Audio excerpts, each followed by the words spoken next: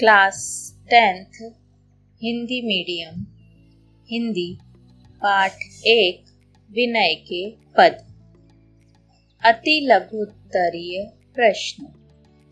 पहला प्रश्न दिया है, पद में मीठे फल का आनंद लेने वाला कौन है? पद में मीठे फल का आनंद लेने वाला गूंगा व्यक्ति है। ठीक है, आपको जो पद दिया है उसमें पूछा गया है मीठे फल का आनंद लेने वाला व्यक्ति कौन है? आनंद लेने वाला व्यक्ति कौन है? गूंगा। प्रश्न नंबर 2 देखिए, अवगुणों पर ध्यान न देने के लिए सूरदास ने किससे प्रार्थना की है? अवगुण तो सभी जानते हो क्या होता है ना? तो अवगुणों पर ध्यान न देने के लिए सूरदास ने ईश्वर से, है ना, भगवान से प्रार्थना की है। प्रश्न नंबर 3 देखिए, पारस में कौन सा गुण पाया जाता है? पारस को लोहे से स्पर्श किया जाए, स्पर्श मतलब छुआ जाए, तो लोहा भी सोना बन जाता है। ठीक है, पारस जानते हो ना क्या होता है? पारस एक ऐसा पदार्थ होता है ना, जिसको लोहे से छुआ जाए तो क्या बन जाता है? सोना। जायसी के अनुसार संसार की सृष्टि किसने की है? उत्तर है, जायसी के अनुसार संसार की सृष्टि ईश्वर की है। किसने की है संसार की सृष्टि? ईश्वर ने। 5वां है, ईश्वर ने रोगों को दूर करने के लिए मनुष्य को क्या दिया? ईश्वर ने रोगों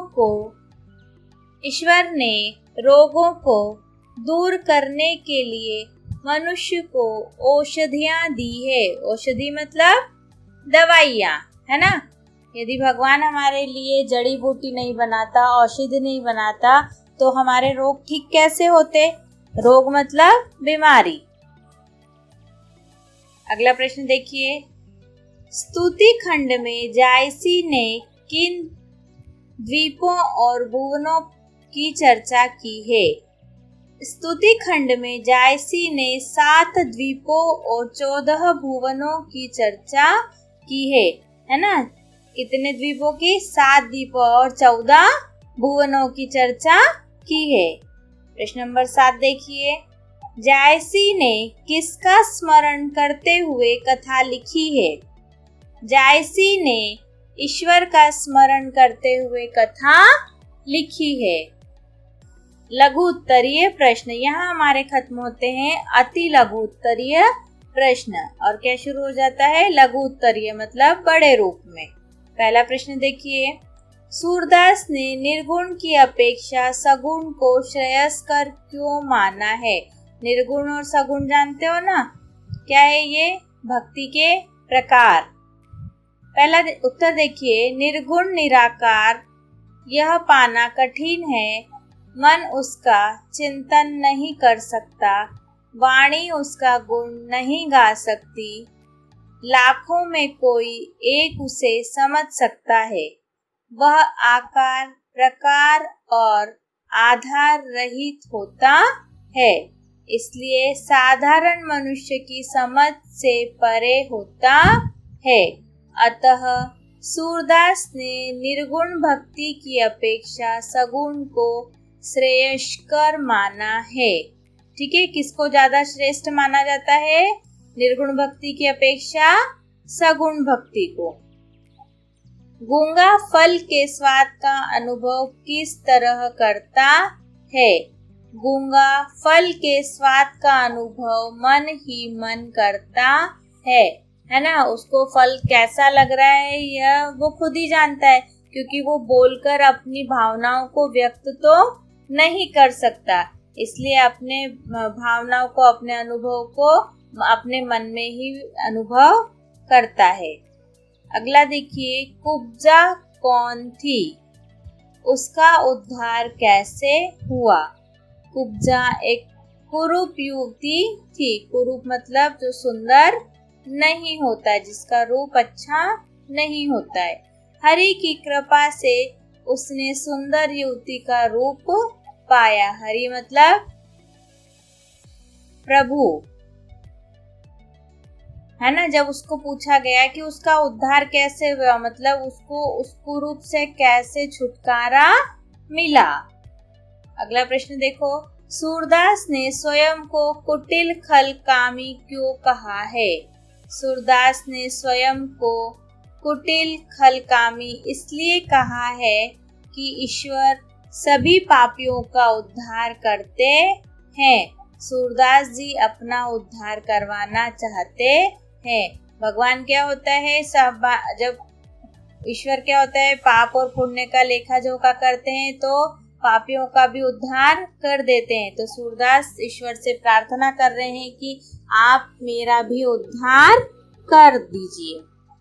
प्रश्न नंबर 5 देखिए, जायसी के अनुसार परमात्मा ने किस किस तरह के मनुष्य बनाए हैं।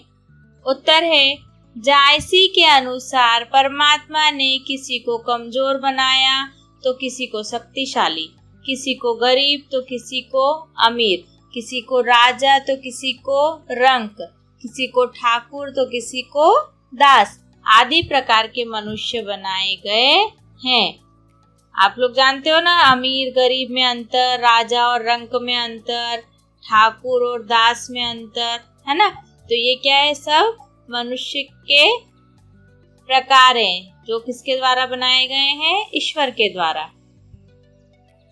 दीर्घ उत्तरी देखिए, सूरदास ने किस आधार पर ईश्वर को समदर्शी कहा है। उत्तर है, सूरदास ने ईश्वर समदर्शी है, वह पापी और पुण्यात्मा में भेद नहीं करता। जिस प्रकार स्पर्श करने पर पारस पत्थर लोहे को सोना बना देते हैं, चाहे वह लोहा पूजा के घर का हो या कसाई के घर का हो, है ना। तो क्या होता है, लेकिन वह उसमें भेद कभी नहीं करता कि पूजा के घर का है तो सोना बना दूंगा और कसाई के घर का है तो नहीं बनाऊंगा, वो लोहा ही रहेगा।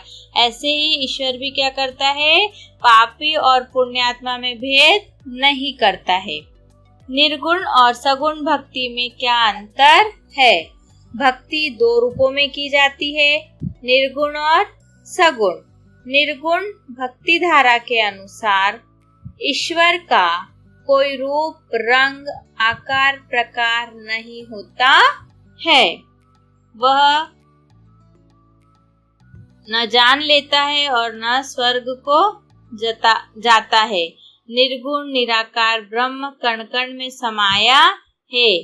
वह न मंदिर में है और न मस्जिद में, न तीर्थ में और न ही व्रत में, है ना। तो क्या होता है, ये हमारी कौन सी भक्ति हुई, निर्गुण। सगुण भक्ति धारा में विश्वास करने वाले व्यक्तियों के अनुसार ईश्वर भी मनुष्य के अनुसार जन्म लेता है, लीलाएं करता है, दुष्टों का संहार करता है, बाद में वह अपने लोक में चला जाता है। मूर्ति, चित्र व भगवान को मानते हैं। मूर्ति पूजा, व्रत, जाप आदि, है ना, में अत्यधिक विश्वास किया जाता है। ये किस में होता है, सगुण भक्ति में। मतलब जो मन से भक्ति की जाती है उसे क्या कहा जाता है, निर्गुण भक्ति, है ना। और मूर्ति पूजा वाली भक्ति को क्या कह रहे हैं यहाँ, सगुण भक्ति। आगे देखिए, ईश्वर ने प्रकृति का निर्माण कितने रूपों में किया है, वर्णन कीजिए। ईश्वर ने प्रकृति का निर्माण अनेकों रूपों में किया है। उसने अनेक समुद्र, पहाड़, नदी, नाले, मगरमच्छ आदि बनाए हैं। उसने सीप में मोती, वृक्ष, वन, पशु, पक्षी, है ना, आदि बनाए हैं। पृथ्वी की सतह पर पाताल लोक की रचना की, 7 द्वीप है ना, 14 भुवनों को बनाया है। नक्षत्र, तारे, सूरज, चंद्रमा आदि सब किसने बनाए हैं? ईश्वर ने। इन सभी बातों के बारे में आप जानते हो, है ना। आप सब कुछ आपने देखा है, सब कुछ आप जानते हो। यहाँ आपका पाठ 1 समाप्त होता है। धन्यवाद।